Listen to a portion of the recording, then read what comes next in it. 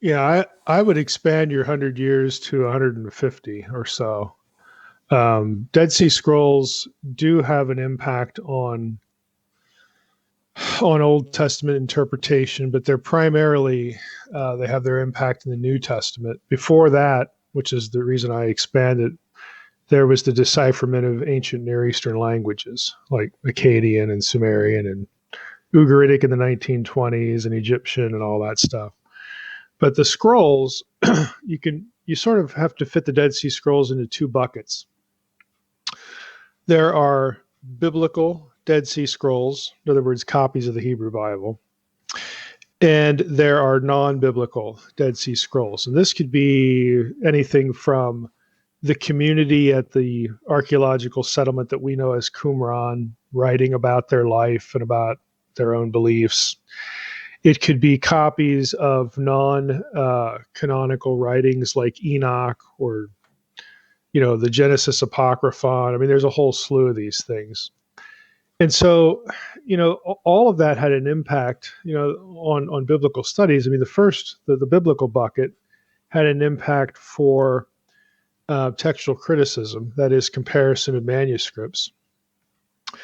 Chiefly, it not only showed that there's no such thing as the Masoretic text, traditional text, because even within that text family there are disagreements.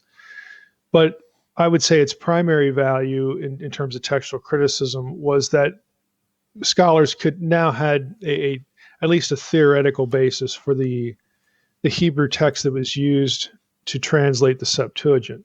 And the Septuagint is important. It's the ancient Greek translation of the Old Testament. It's the thing that is quoted most in the New Testament by Jesus and the apostles and the New Testament writers. They're quoting things mostly in Greek. So they're quoting this translation or very, very, very close to it. Sometimes it's identical, sometimes it's a little bit different than the Septuagint, but nobody knew what Hebrew text that was used for that, because there are plenty of places where the Septuagint disagrees with the traditional Hebrew text used in the Jewish community. Well, all of a sudden with the Dead Sea Scrolls, it's like, okay, here's a Hebrew text that aligns with the Septuagint. I mean, not all the biblical manuscripts aligned with the Septuagint, but a number of them did. And so that was pretty important, for establishing that this reading that we get sort of mediated to us in Greek was actually somewhere in the Jewish community in a Hebrew text. So that was a big deal. But on the other side, like I said, the Dead Sea Scrolls give a lot of insight into how Jewish, not just one Jewish community, but broader than that, how they were thinking about the Old Testament. And then certain of their interpretations and their practices get mirrored in the New Testament. So it provides a number of different contextual boundaries or guidelines for New Testament interpretation, and frankly, Old Testament interpretation as well. I should say, I don't know if we're going to go further into this, but it's a mistake to think that in the Second Temple period, which using round numbers, we'll just say 500 BC to the end of the first century AD, the New Testament's part of that. It's a mistake to think that there's one Judaism, like Second Temple Judaism, like it's one view. It's kind of like Christianity is today. I mean, how many varieties do we get of that? Protestant, Catholic, Orthodox, and then you drill down on the Protestant, and there's like 150 of those, and that's what Judaism was like. There were a good 4 or 5 strands of Jewish thinking in this period, and the people at Qumran are one of those. But you can tell by what they write that they're interacting with other views and so on and so forth. So it actually was the scrolls were a good glimpse into some of their debates and disagreements, and also the things they agreed about too. So they had a dramatic impact. I mean, obviously we have them all translated now, except maybe for a few thousand fragments that are big, as big as your thumb, that were buried under a few inches of bat dung in Cave 4. Like how are we supposed to put that together? But everything's been translated that can be translated, and it didn't overturn Christianity. All this conspiratorial thinking. Oh, the world's going to be shocked, and life's never going to be the same and the church is going to, die or more. I'm sorry, but it didn't. What they primarily do is they lend clarity to a lot of things. They don't overturn, what we have in the New Testament. Well, it certainly casts doubt on Christian traditions. Yeah, true. And certain Christian interpretations of certain passages. As far as the core doctrines of Christianity, it didn't change anything. But you get big questions like, okay, where did demons come from? How should we really understand the proliferation of evil in the human race? I mean, there are questions like that are significant, but yet they're sort of on the periphery, although they factor into major things like the doctrine of salvation. But how do we understand what Paul was shooting at when he would talk about the works of the law? I mean, so there are questions like that are significant, but they're not overturning the core doctrines of the faith.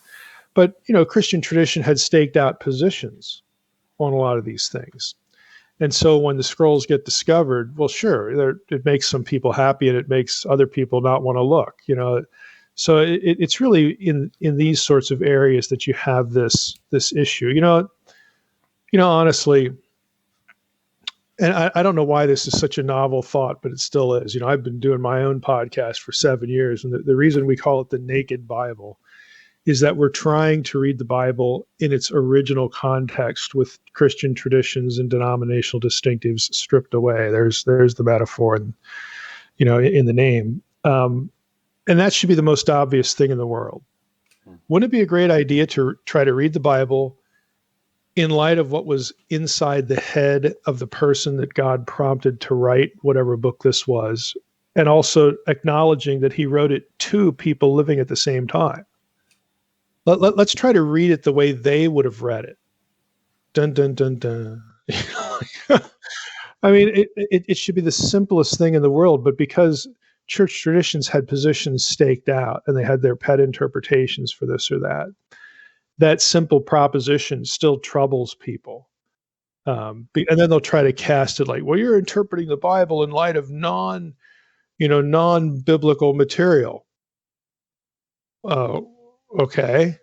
You mean I'm reading the books that the biblical writers read and sometimes quote and frequently allude to, and that reflect the same worldview that I see in the Bible? You mean that stuff? It's the objections are incoherent because all of us, if we wrote something, we would want people to read what we wrote in light of the context in which we, the writer, were living. Again, it's the simplest thing in the world. But people have turf to defend, and so they react against it. I never heard this in church, so it can't be right. Well, there's a lot of things you don't hear in church about the Bible because we've made the Bible, into a self-help manual, where Jesus is your cosmic life coach, where all you hear on Sunday morning is the same sermons, about the same stories that you taught, in children's church, but now they have adult illustrations. There's a whole lot of things that never get, put over the pulpit that should, because the Bible is a vast, complex, internally magnificently coherent thing. But you can't appreciate that if all you're getting are these little snippets that people sort of already know. And I just want to know how to love my wife. Well, loving your wife's a good thing. Okay, and the Bible covers that, but it covers 1,000 other subjects. So can we just pick one of those this week?